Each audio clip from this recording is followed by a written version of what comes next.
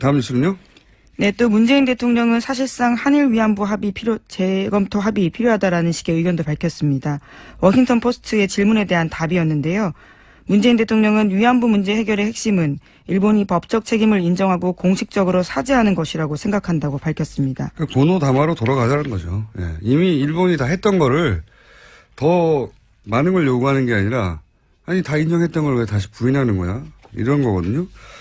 이건 우리가 받아들일 수가 없죠. 당연히. 자, 다음 뉴스는요. 네, 강경호 외교부 장관도 어제 일본 외상과 전화통화했습니다. 위안부 합의 받아들일 수 없다고 강조했는데 기시다 외상이 위안부 합의의 착실한 이행이 필요하다라고 말하자 강 장관은 위안부 합의는 우리 국민 대다수와 피해자들이 받아들이지 못하는 게 현실이라고 강조했습니다. 또 독도 문제 관련해서도 부딪혔는데요. 강 장관은 일본이 초중학교 학습 지도 요령 해설서에 독도가 고유 영토라는 왜곡된 주장을 포함시킨 데 대해서 강한 유감을 표시했습니다. 즉각 중단해야 된다라고 촉구했는데요. 외교부는 기타가와 가스로 주한 일본 대사관 정무공사도 초치해서 항의의 뜻을 전달했습니다. 이건 너무 기본적인 건데 여태 안 한 거죠. 예. 이걸 왜 여태 안 했을까요? 강 장관이 특별히 잘했다기보다는 그냥 해야 할 걸 한 거죠. 예. 이때까지 이런 말을 안 했다는 거고요. 비정상이었다는 거죠. 다음 뉴스는요. 네, 160여 명에 달하는 재외공관장들이 일괄 사표 썼다라고 합니다. 강경화 장관 취임 다음 날 사표를 제출했는데 문재인 대통령의 강력한 외교개혁 주문과 관련되어 있어서요. 눈길을 끌고 있습니다. 이게 이제 외교부에서는 뭐 항상 정권 교체기의 관행이라고 이게 한 걸로 제가 기사를 봤는데 제가 기억하는 한 그 전은 잘 모르겠습니다. 제가 기억하는 한 그 이명박 정부가 들어서면서 한 4, 50여 개 공관장에게 사표를 요구했다는 기억은 있는데 전원에게 요구했다는 건 저는 기억이 없거든요. 과대기라고 하는데 확인해 볼 필요가 있겠네요. 만약에 전원에 그전과 다르게 전원에게 했다면 대사, 총영사 모조리 다 사표를 제출하라고 한 거니까 굉장히 강한 조치죠. 예. 네, 아직까지도 전 정권에서 임명된 대사들이 주요 자리를 지키고 있는 상황이긴 합니다. 그 이제 뭐 다 결국 조치하는 건 아니고 일단 사표를 받고 재신임을 해서 그대로 위임하기도 하고 하지만 어쨌든 전원 사표는 저는 처음 듣는데 이건 한번 외교부를 통해 확인해 봐야 되겠네요. 다음 뉴스는요. 인사정국에서 여야 대치로 멈췄던 국회가 정상화됐습니다.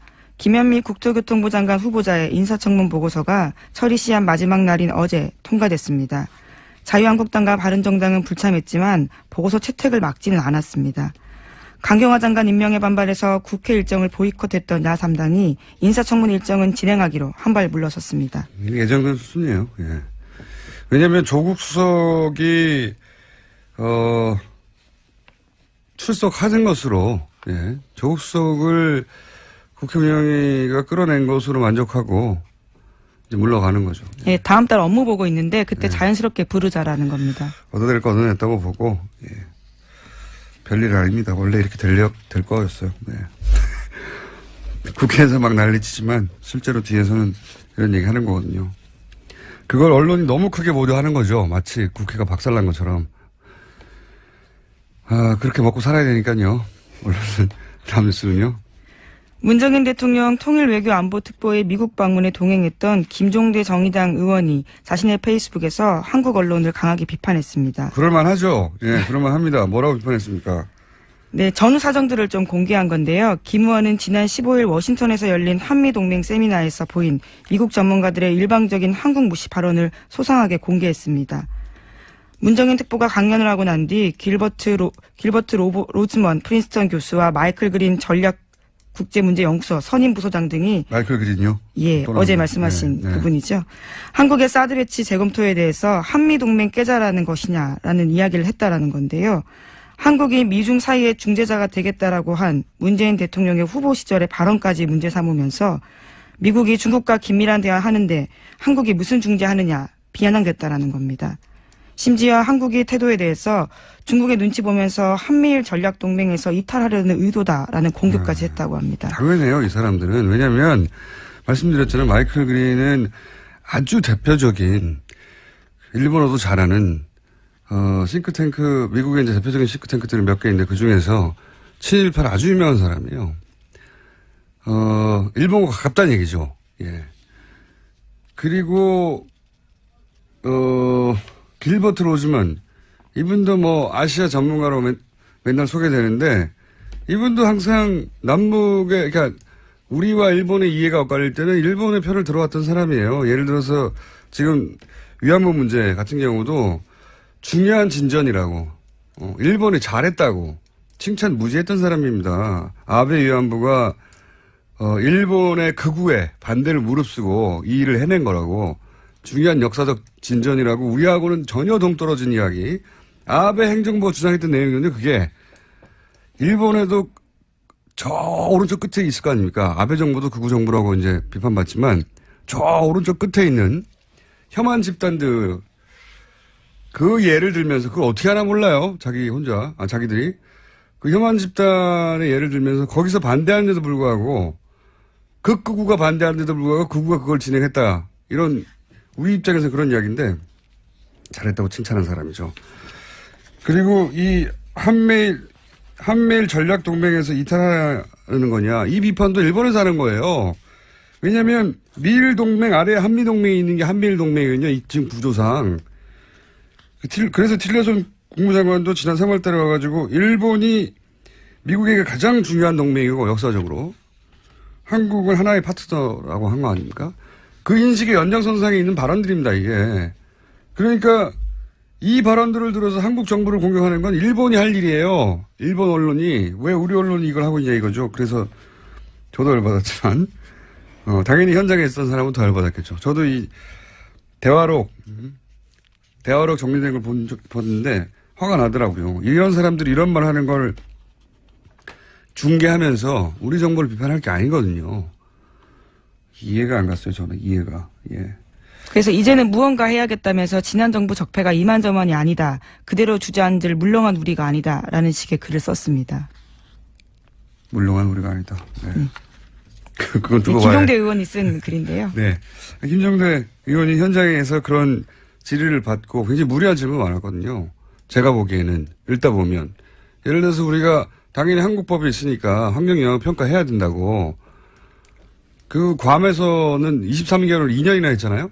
예. 근데 우리는 4계절 하겠다고 했더니 누굽니까? 마이클 그린.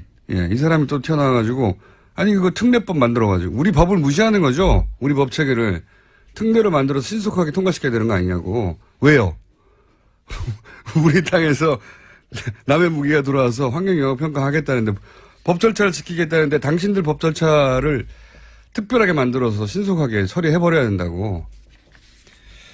화가 나게 돼 있죠. 네, 심지어 당연히. 김종대 의원은 지난 정부에서 한미가 사드 배치 과속사고 냈다면서 실상도 모르면서 동맹 깬다는 식의 발상 유감스럽다라는 이야기를 했다고 합니다. 그러자 그러니까, 마이클 그린이 자기도 정부 입장 말한 것은 아니다. 이런 식으로 한 발을 뺐다고 합니다. 그러니까 이 분들이 가지고 있는 편향된, 이 사람들 입장에서야 편향됐다고 생각 안 하겠지만 자기들은 태도를 미국을 대표하는 태도라고 바라보는 것도 이상하고 말도 안 되고요. 이게 이 자체가 세미나였는데 미국 언론들이 뭐 주목한 것도 아니에요. 보도도 안 되더라고 하나도. 경로는 무슨 경로. 하여튼 이 전체가 문재인 특보 관련 그다음에 그 이후에 쭉 이어지는 한미 동맹이 다 깨졌다 난리 난 이 전체 뉴스들이 단순한 호들갑이 아니라 이 사람들이 손잡고 쎄쎄쎄하고 어깨동무한 다음에 다 몰려드는 것 같은 의도를 가지고 사실관계도 틀린 부분이 많지만 시각 자체도 굉장히 문제였어요. 예, 그걸 문제 삼는.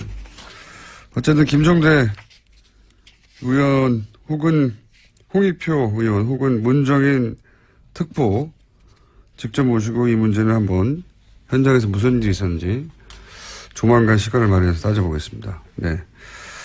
제목 한두 개 정도 정리할 수 있을 것 같습니다. 네, 벨기에 브뤼셀에서 폭탄 테러가 일어났습니다. 지난 19일 런던을 시작으로 파리에 이어서 브뤼셀까지 불과 이틀 새에 유럽에서만 3건의 테러가 일어난 겁니다. 그렇군요.